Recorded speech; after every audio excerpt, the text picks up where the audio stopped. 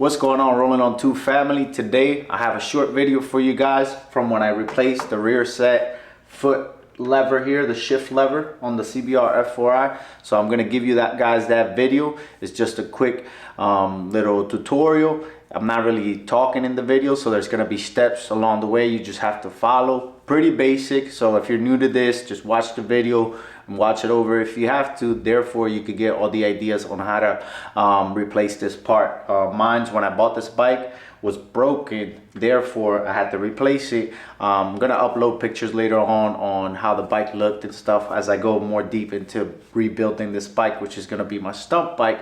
So yeah guys, stay tuned for this video. It's gonna be great. I'm gonna have a lot more content.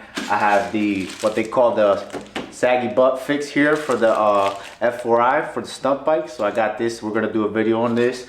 I have also I have a windscreen here for the Kawasaki that we're also going to do, and I have obviously the stunt cage parts here for you guys. So we have a lot of content coming out and many more. I also have this is the chain drive. It's like a plastic piece that goes in here, so I'm gonna replace this because it doesn't have it right now, and when I'm riding the chain keeps smacking down on it and I hate that. So yeah guys, stay tuned for this video. We're gonna get into it. And by the way, check out the drip, man. We have the RO2 shirts. I don't have like a mass produce of them or anything like that, but I have one. Let me know what you think about it, man. And if you guys like it, let me know. Maybe we'll get some together, get some orders together, all right? Stay tuned.